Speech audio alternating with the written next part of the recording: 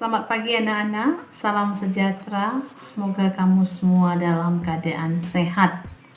Jumpa kembali kita bersama saya Ibu Eva Siagian bersama daring di Mapel IPS dengan subtema priorisasi masa praaksara secara arkeologis.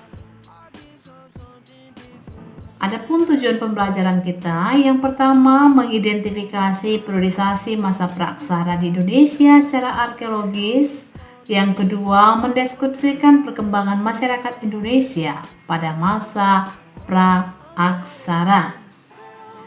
Anak-anak, minggu yang lalu kita sudah bahas priorisasi praaksara itu secara geografis.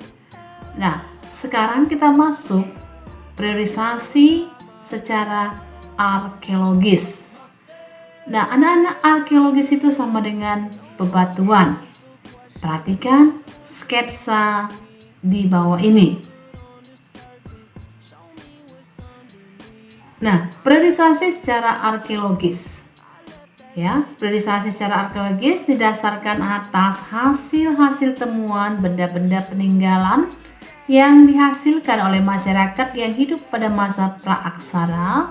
Berdasarkan penelitian terhadap benda-benda tersebut, masa praaksara dibedakan menjadi dua, yaitu zaman batu dan zaman logam. Nah, apa itu zaman batu? Nah, dikatakan anak-anak zaman batu karena pada masa itu perkakas penunjang kehidupan manusia pada umumnya terbuat dari batu. Nah, berdasarkan hasil temuan alat-alat yang digunakan dari cara pengerjaannya, zaman batu dibagi menjadi A. Paleotikum, zaman batu tua. B. Neolitikum, masa zaman batu baru. Mesolitikum, zaman batu tengah. Dan Megalitikum, zaman batu besar. Kita masuk yang pertama. A. Paleotikum. Paleotikum itu berasal dari kata paleo yang artinya tua dan litos yang artinya batu. Sehingga zaman ini disebut zaman batu tua. Hasil kebudayaan banyak ditemukan di daerah Pacitan dan Ngandong di Jawa Timur. Untuk membedakan temuan kedua tempat tersebut, para arkeolog sepakat menyebutkan sebagai kebudayaan Pacitan atau kebudayaan Ngandong. Zaman batu tua diperkirakan berlangsung kurang lebih dari 600.000 tahun silam. Nah, di sini kehidupan manusia masih sangat sederhana. Mereka hidup berpindah-pindah atau nomaden. Mereka berburu makanan dengan cara berburu mengumpulkan buah-buahan, umbi-umbian, serta menangkap ikan. Alat-alat yang digunakan pada zaman ini terbuat dari batu yang masih kasar dan belum diasah, seperti kampak berimbas atau alat serpi yang digunakan untuk menguliti hewan buruan, mengiris daging, atau memotong umbi-umbian. Ini anak-anak, ada contoh saya buatkan kepadamu alat-alat pada masa Paleotikum. Selanjutnya, zaman Mesolitikum. Mesolitikum berasal dari kata meso yang artinya tengah dan litos yang artinya batu, sehingga zaman ini dapat disebut dengan zaman batu tengah. Hasil kebudayaan batu tengah sudah lebih maju bila dibanding dengan kebudayaan zaman Paleotikum. Pada zaman ini, manusia sudah ada yang hidup menetap, sehingga kebudayaannya yang menjadi ciri dari zaman ini adalah kebudayaan Kongenmoneger dan kebudayaan Arbisaurus. Kongenmoneger adalah istilah yang berasal dari bahasa Denmark, yaitu kongen artinya dapur dan moding artinya sampah. Jadi arti sebenarnya adalah sampah dapur yang berupa timbunan kulit kerang dan siput yang menggunung dan sudah menjadi fosil. Selanjutnya, Konkenmoneger ditemukan di sepanjang pantai timur Sumatera, yaitu antara Langsa dan Medan. Dari timbunan ini ditemukan kapak genggam yang ternyata berbeda dengan kapak genggam Paleotikum. Kapak genggam yang ditemukan tersebut dinamakan dengan pebble atau kapak Sumatera sesuai dengan lokasi penemuannya. Kapak Sumatera ini bentuknya sudah lebih baik dan mulai halus. Selain itu ditemukan pula sejenis kapak pendek dan sejenis batu pipisan atau batu-batuan alat penggiling. Selanjutnya, Arbisaurus roses. Arbis artinya tinggal, saus dalam, roses artinya gua. Maksudnya adalah gua-gua yang dijadikan tempat tinggal manusia purba yang berfungsi sebagai tempat perlindungan dari cuaca dan binatang buas. Alat-alat yang ditemukan pada gua tersebut antara lain alat-alat dari batu seperti ujung panah, plekes, batu pipisan, serta alat-alat dari tulang dan tanduk rusa. Kemudian Arbisaurus roses ini banyak ditemukan misalnya di Besuki, Bojonegoro, juga di daerah Sulawesi Selatan. Kita masuk ke zaman Neolitikum. Neolitikum berasal dari kata neo yang artinya baru dan litos yang artinya batu. Berarti bisa disebut dengan zaman batu baru. Pada zaman ini telah terjadi perubahan mendasar pada kehidupan masyarakat praksara. Mereka mulai menetap dan mampu menghasilkan bahan makanan sendiri melalui kegiatan bercocok tanam. Hasil kebudayaan yang terkenal pada zaman ini adalah kapak persegi dan kapak lonjong. Kapak persegi bentuknya persegi panjang dan ada juga yang berbentuk trapesium. Kapak persegi ada yang berukuran besar dan ada pula yang kecil. Yang berukuran besar disebut dengan beliung dan fungsinya sebagai cangkul. Adapun yang ukuran kecil disebut dengan tara yang fungsinya sebagai alat pahat.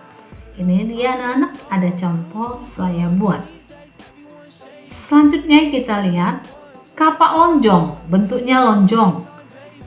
Pada ujungnya yang lancip ditempatkan tangkai dan pada bagian ujung yang lain diasah sehingga tajam. Ukurannya ada yang besar dan ada yang kecil. Yang berukuran besar disebut dengan Walzenbill dan yang kecil disebut Canbill.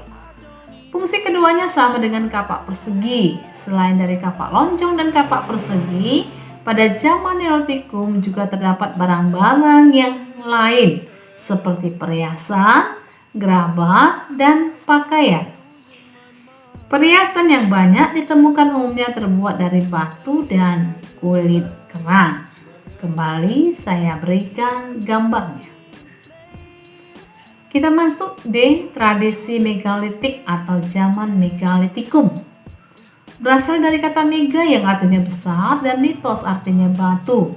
Maka disebut dengan zaman batu besar. Yang dimaksud dengan tradisi megalitik adalah pendirian bangunan dari batu yang berukuran besar. Tradisi ini muncul pada zaman batu dan erat kaitannya dengan kepercayaan yang berkembang pada zaman itu, yaitu pemujaan terhadap roh nenek moyang. Adapun jenis-jenis dari bangunan megalitik adalah sebagai berikut. Yang pertama, menhir adalah bangunan berupa batu tegak atau tugu yang berfungsi sebagai tempat pemujaan roh nenek moyang atau tanda peringatan untuk orang yang telah meninggal. Yang kedua ada dolmen, adalah bangunan berupa meja batu terdiri dari batu lebar yang ditopang oleh beberapa batu yang lain. Dolmen berfungsi sebagai tempat persembahan untuk memuja arwah para leluhur. Di samping sebagai tempat pemujaan, dolmen juga berfungsi sebagai pelinggi atau tempat duduk untuk kepala suku raja. Yang ketiga, kubur peti. Ya, kubur peti batu adalah tempat penyimpanan mayat. Kubur peti batu ini dibentuk dari 6 buah papan batu dan sebuah penutup besi. Papan-papan batu ini disusun secara langsung dan di dalam lubang yang telah disiapkan terlebih dahulu dan biasanya diletakkan membujur ke arah sungai atau gunung. Kita masuk. Yang keempat, waruga adalah merupakan peti kubur batu dalam ukuran yang kecil. Bentuk kubus dan bulat, waruga banyak ditemukan di Sulawesi Tengah. Yang kelima, sarkofagus adalah bangunan berupa kubur batu yang berbentuk seperti lesung dan diberi tutup. Sarkofagus banyak ditemukan di daerah Bali. Punden berundak adalah bangunan bertingkat yang dihubungkan dengan tanjakan kecil, berfungsi sebagai tempat pemujaan terhadap roh nenek moyang. Lalu yang ketujuh, patung. Bentuk patung masih sangat sederhana dan umumnya berbentuk binatang ataupun manusia. Ya, anak-anak, di sana ada contoh-contoh gambar yang saya buat. Kita masuk selanjutnya. Yang kedua, zaman logam. Nah, sebagian perkembangan dari zaman batu, manusia masuk ke zaman logam. Pada zaman ini manusia tidak hanya menggunakan bahan-bahan dari batu untuk membuat alat-alat kehidupannya, tetapi juga mempergunakan bahan-bahan dari logam yaitu perunggu dan besi. Menurut perkembangannya, zaman logam dibagi menjadi 3, yaitu zaman perunggu, zaman tembaga, dan zaman besi. Indonesia hanya mengalami 2 zaman, yaitu zaman perunggu dan zaman besi. Benda-benda yang dihasilkan pada zaman ini antara lain kapak orong atau kapak yang menyerupai corong. Ya, jadi kapak corong berfungsi sama seperti kapak pada umumnya, namun ada juga yang digunakan sebagai alat upacara atau hiasan. B. Nekara, yaitu gendang besar terbuat dari perunggu dengan bidang pukul yang lebar di bagian tengah, berpinggang dan pada sisi atapnya tertutup. Fungsi nekara sebagai salah satu alat upacara untuk mendatangkan hujan atau memanggil roh nenek moyang. C. Moko adalah nekara yang berukuran kecil, ditemukan di Pulau Alor, NTT. Moko berfungsi sebagai benda pusaka dan mas kawin. Selanjutnya D. Bejana perunggu merupakan sebuah wadah yang bagian bawahnya membulat seperti gitar. Bejana ini digunakan sebagai pelengkap ritual keagamaan serta upacara adat. Bejana perunggu ditemukan di daerah Sumatera dan Madura. E. Cendrasa atau kapak sepatu merupakan kapak corong yang salah satu sisinya panjang dan dilengkapi dengan hiasan candrasa, berfungsi sebagai tanda kebesaran kepala suku dan sebagai alat untuk upacara keagamaan. Nah, itulah dia anak-anak, zaman logam di Indonesia. Sampai di sini pembelajaran kita hari ini. Selamat belajar.